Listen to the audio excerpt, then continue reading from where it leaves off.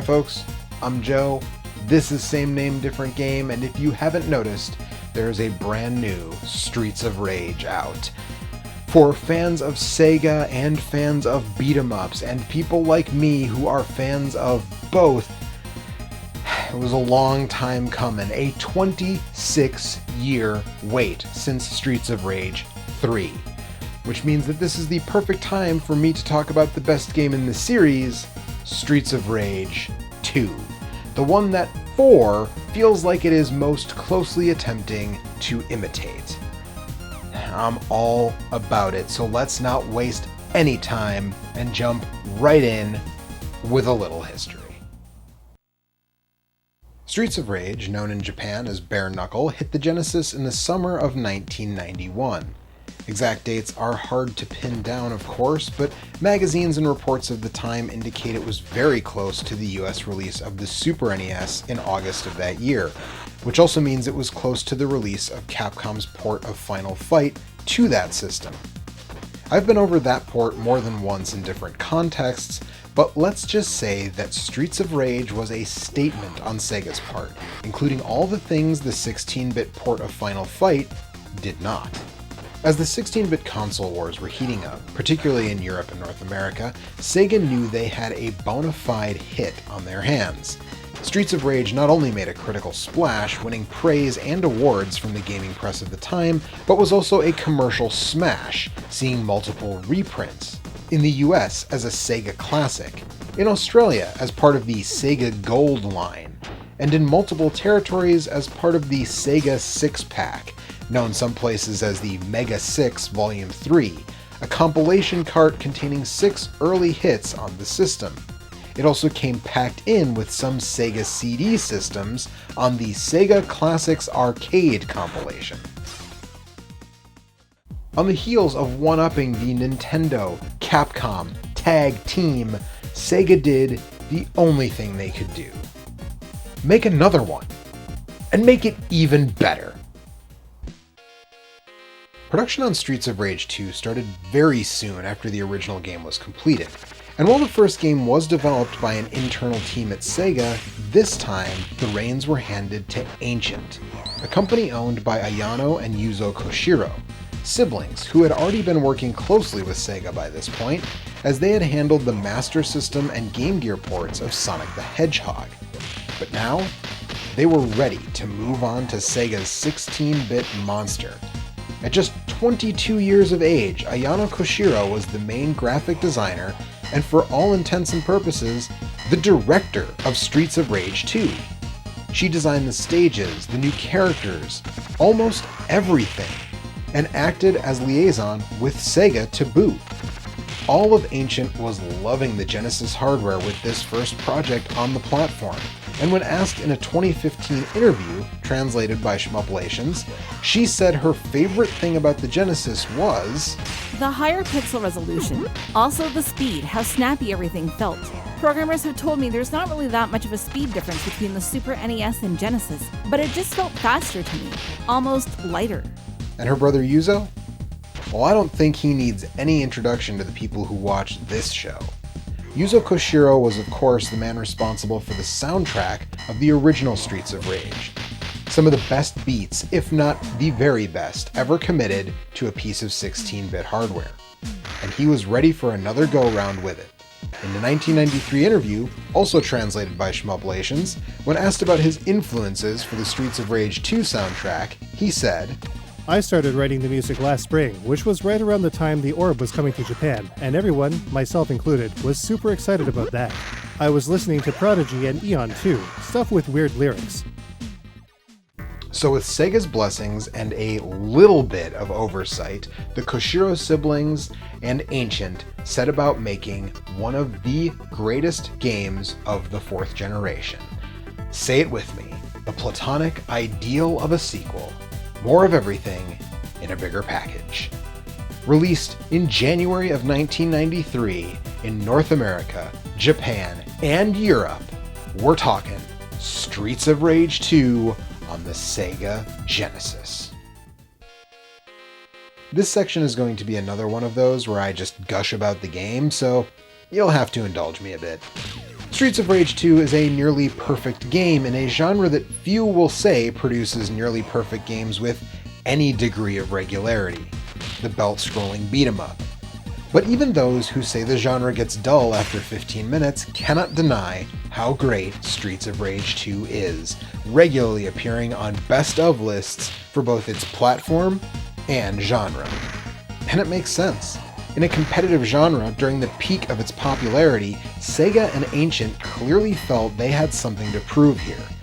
And a team of about 10 people took a year and a half to craft a game that outdoes what numerous competitors did, even on more advanced arcade hardware.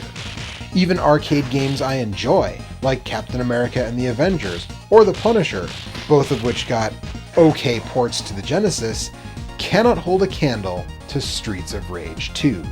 Streets of Rage 2 sees 4 characters, 2 new and 2 returning from the first game, head into the titular streets to take on a vast criminal network that has kidnapped their friend as payback for the events of the first game.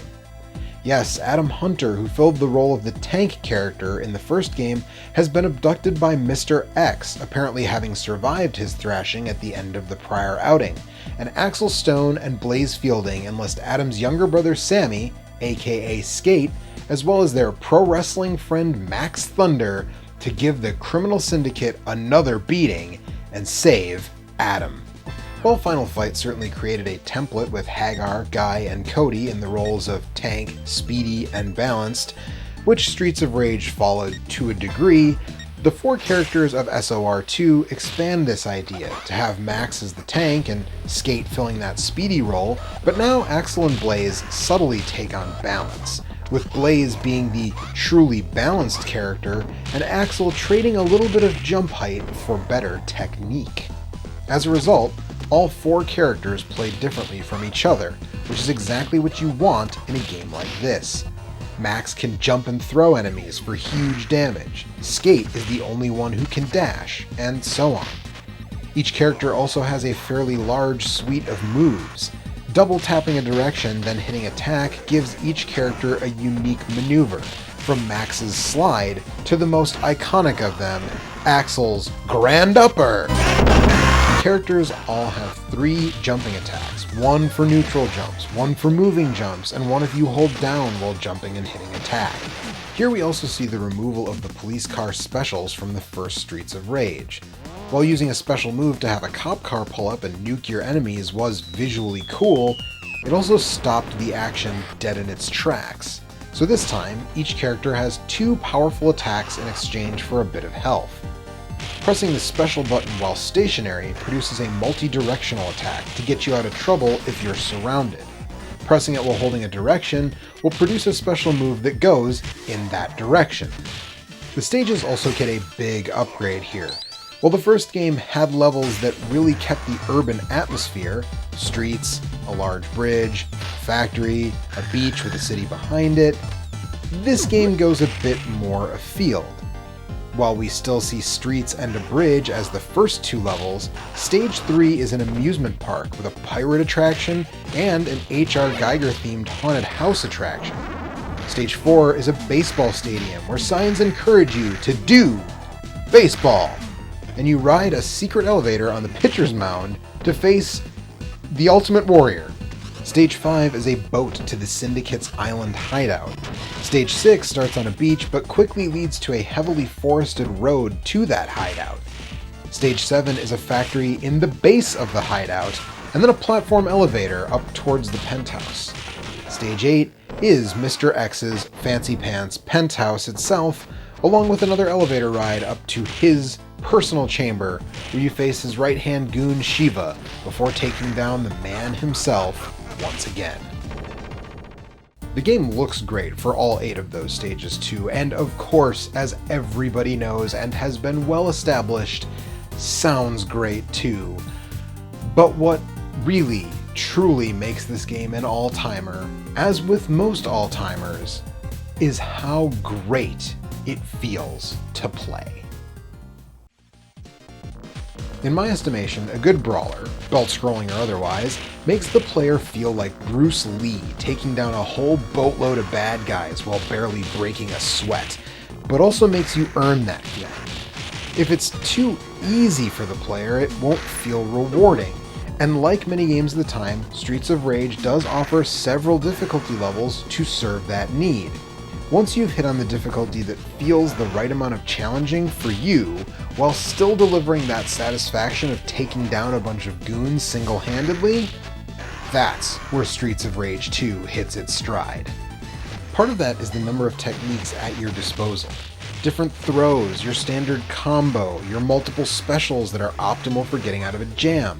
It means whatever the game throws at you, even tough bosses like the jetpack guy or the claw guy, there's a strategy to deal with it.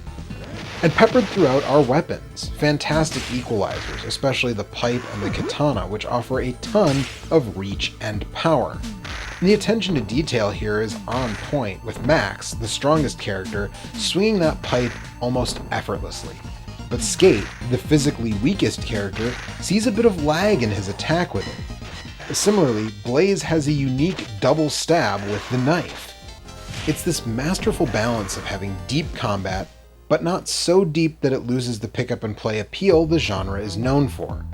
The fighting is complex enough that the game doesn't become dull after 2 stages, in that way that subpar belt scrollers can. And this owes largely to Ayano Koshiro's love affair with Street Fighter II and its ilk at the time Ancient was working on SOR 2. Speaking of the Koshiros, the last piece of the puzzle, in my estimation, is the sound. Not just the amazing beats found in the music, but the hit sounds. Between the animation and the pitch-perfect sound effects, every hit feels impactful. Every knife cut feels deep. Every slam feels back-breaking. Audio design in this type of game is so important, and Yuzo Koshiro nailed every aspect. In short, as I said, this game is a masterpiece, one of the great 16-bit beat-em-ups. But is it also one of the great 8-bit beat-em-ups? Well, I'll start answering that question with the PAL Master System version, after these messages. Where do we start? How about his knee? That's his face. If that's his face, what's this?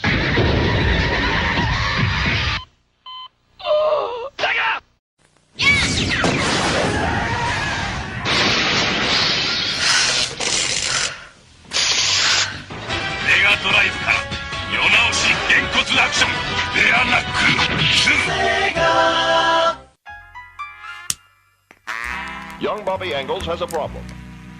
He needs to earn the respect of his peers. So he gets the special Sega Genesis fighting system. It comes with Streets of Rage 2. He saves $40. He gets more moves. He gets more control. Now things are pretty much okay. I said chocolate chip. Say it. Say it. Both 8-bit ports were done by Biox, then known as Japan's System House. They also did Mega Man 2 on the Game Boy and Ninja Gaiden on the Game Gear. This Master System port was released in 1994 in Europe, 1995 in Brazil, and at some unknown point in Korea, believe it or not, which would make that the only NTSC version. Right off the bat, it's obvious this game was going to take a hit on graphics and sound, and it does. The Master System was showing its age by this time, to be sure. The first thing you'll probably notice, besides the music taking a hit, is the lack of Max, which he's my favorite character, so I personally don't love that. Like I said earlier, the grand tradition of this type of brawler is to have a tank, a balanced character, and a speedy one. But by taking Max out, Axel is kind of forced into the tank role, but he's not. Now, a few moves of the characters remaining have been removed, but for the most part the movesets are intact, which I suppose is the benefit of taking out a whole character. But sadly, what's worse than removing Max is dropping multiplayer.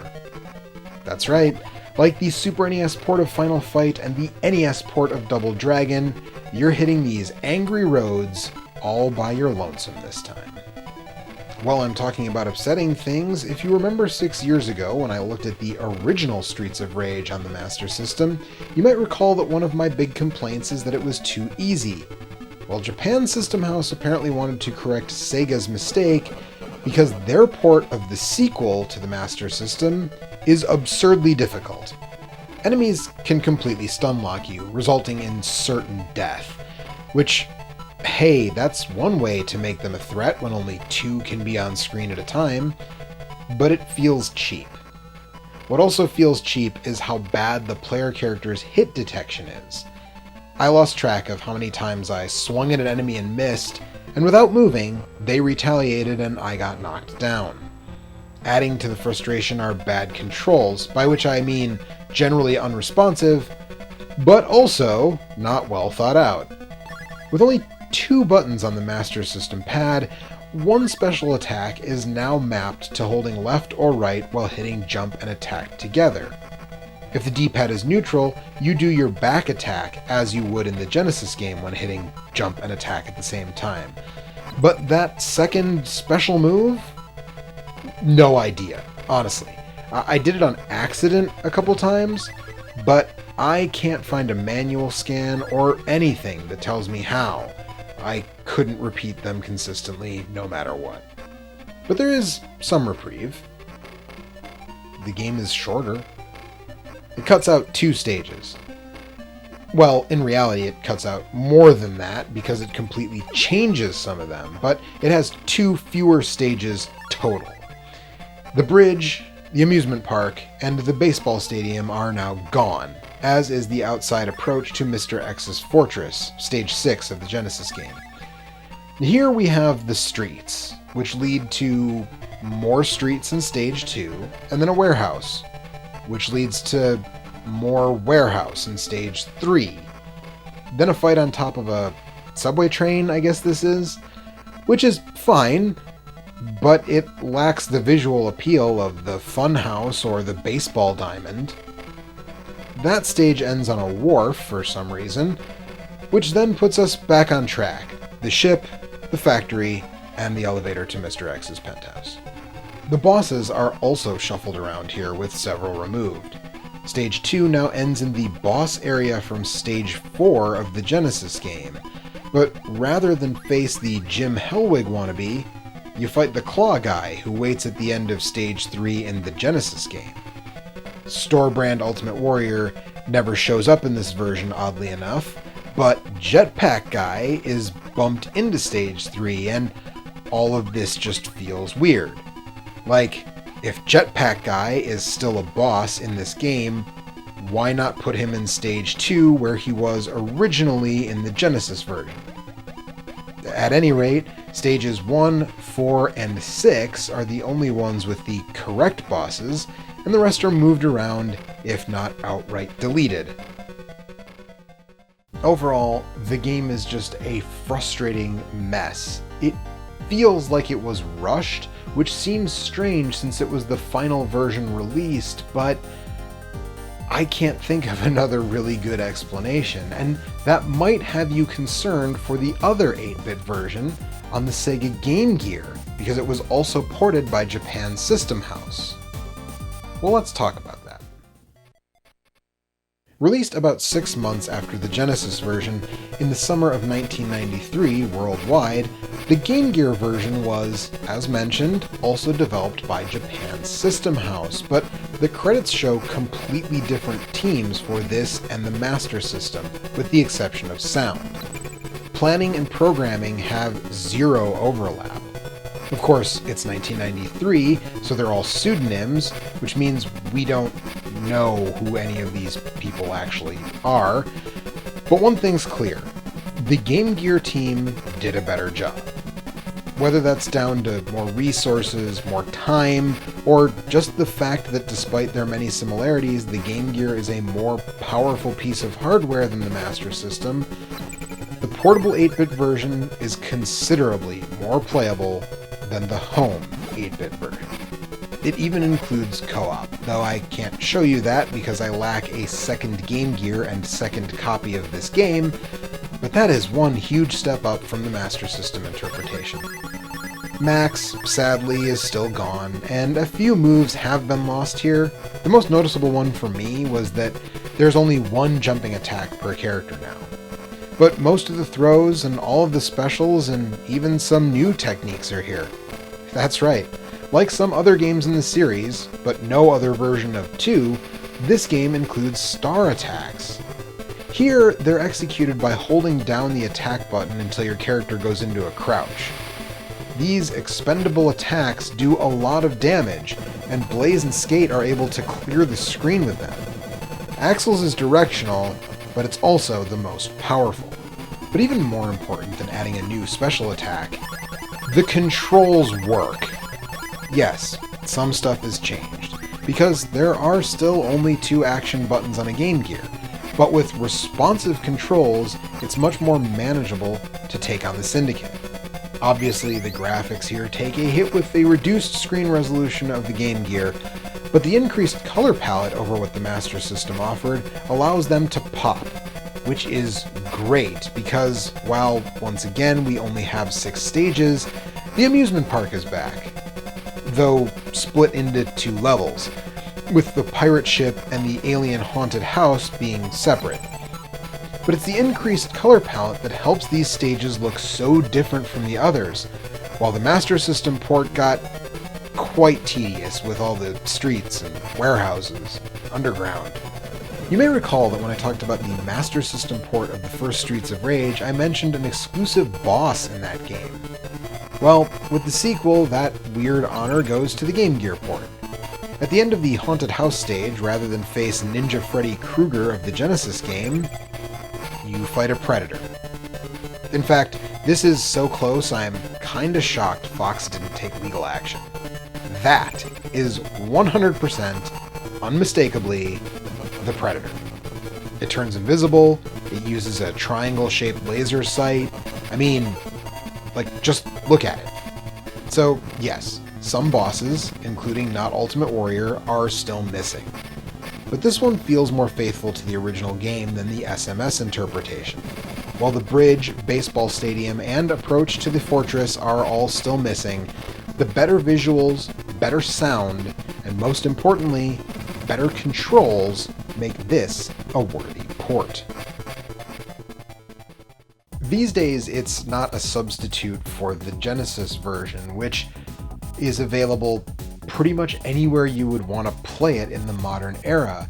But for SOR fans, or Game Gear aficionados, I would definitely say to check it out.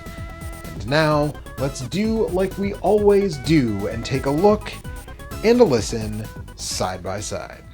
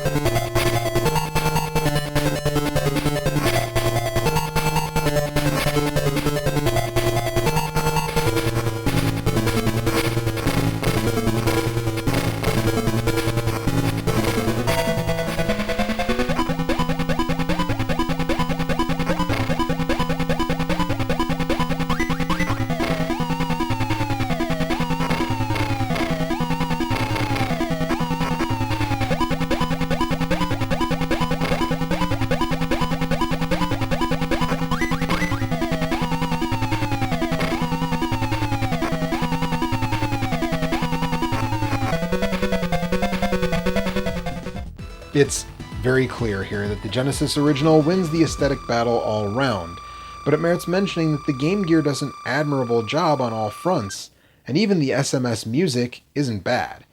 Yuzo Koshiro is credited with composing the music on all three, and the same person, Mikito Ichikawa, is credited with the 8-bit sound driver on both Master System and Game Gear, so that makes some sense. Visually, I would take the Game Gear over the Master System even with the blockier characters. That wider color palette is more appealing to me. That makes it time to give The Edge. This one was obvious from the beginning, and it's exactly what you all expected. It's exactly what I expected when I decided to do this episode.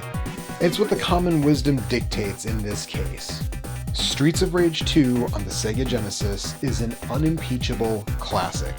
If you've never played it, what are you waiting for?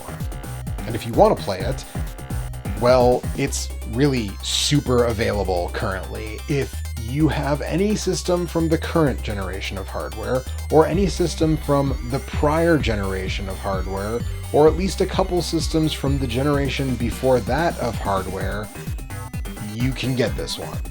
But if you want a real, genuine cartridge copy, it's about $20 right now for a bare cart, which is a little expensive for such a common game, but on the other hand, like I said, it's a masterpiece. It's worth $20. The second best of these is the Game Gear version, and this one is $15 for a bare cart. Portable game collecting for complete copies is ridiculous, so it's way more expensive than that if you want the box and the manual, but I wouldn't sweat that. $15 if you're a fan of the series or the hardware is totally worth it. 100%. And the worst version is the most expensive version, because of course it is. The Master System version. This game, I was shocked to find out, is now selling for about $80 for a bare cartridge, which is way more than I paid for this game. If you want a complete copy, it's well over $100, and in no universe, in my estimation at least, is it worth that. If you really want to check that one out to see how bad it is, boot it up in an emulator or put it on a flash cart, check it out that way. And that does it. I'm Joe. I thank you so much for watching, and I will see you next time right here on Same Name, Different Game. Hey folks, it's Joe, and I just want to thank you so much for watching this video. Shoutouts to Sir Flash and Deruna of Studio Mugprints, the folks behind Bullet Heaven, for lending their voices in this episode. If you liked what you saw, do all the stuff. Like, subscribe if you haven't, ring that stupid bell, and comment below telling me your favorite character in Streets of Rage 2. If you really liked what you saw, remember that this show is ad-free thanks to Patreon. Just $1 per episode gets you early access to new videos, your name here with all of these fine people, and more. If you want to watch more beat-em-up videos, on the left is my full playlist for all the Double Dragon videos I've done, and there are many, and on the right is another Sega beat-em-up focused episode with my episode on Die Hard Arcade.